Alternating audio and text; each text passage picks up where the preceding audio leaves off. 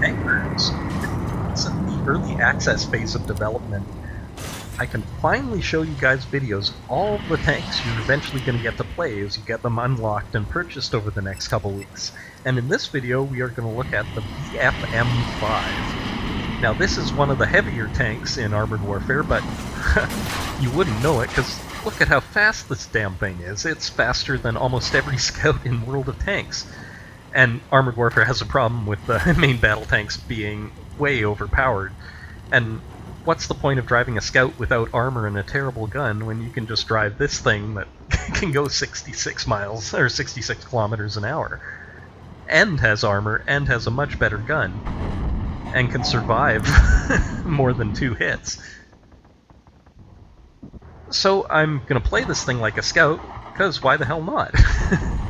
So I'll take a forward position here in this trench, and it's not a bad location because most of the places the enemy tanks could be don't have shots at you if you're down in the hole, and they can only shoot you if you come up onto the top of the hill here.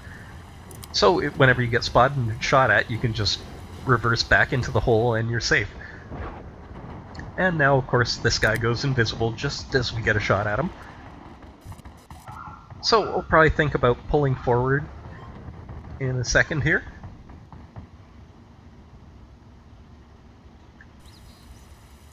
And it seems like on this map, the battle all seems to happen in the J line or the AB line, and with maybe a little bit going on at D4 on that little ridge there.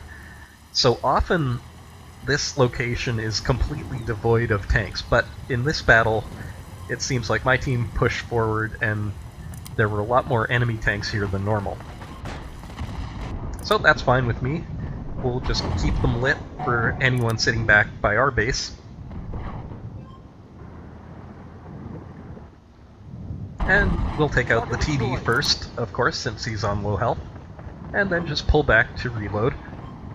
And we've got help with us, so this guy won't provide much of a problem for us to kill. And we get a great shot, and we set him on fire. And one shot does 1,200 damage.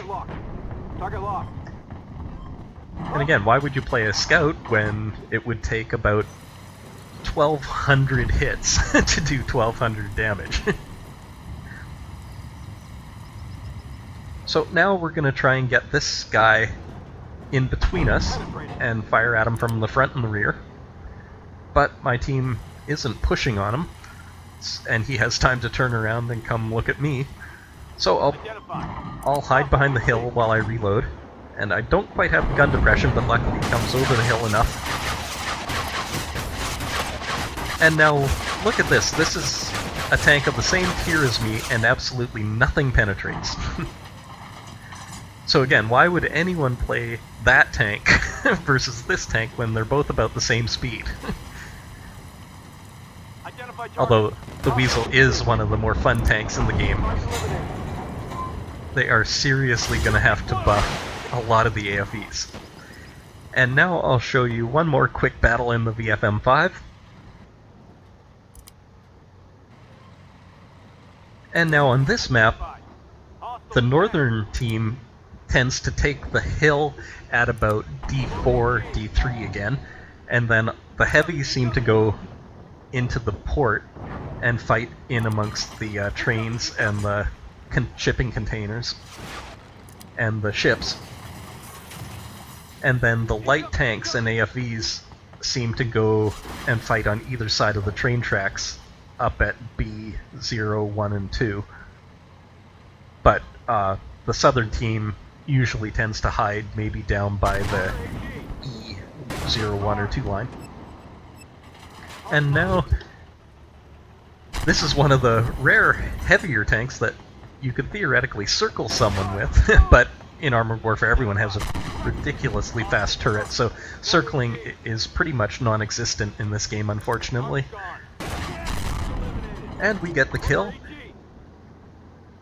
And of course, take any stats you see with a grain of salt, because they are bound to change as Obsidian and My.com begin to balance and change the stats for all the tanks. And some tanks that appeared in the alpha test changed tiers, so take all the stats with a grain of salt, because things will definitely change by the time it gets to open release. And if you want to see videos of all the other tanks you're going to get to play, check out my other videos.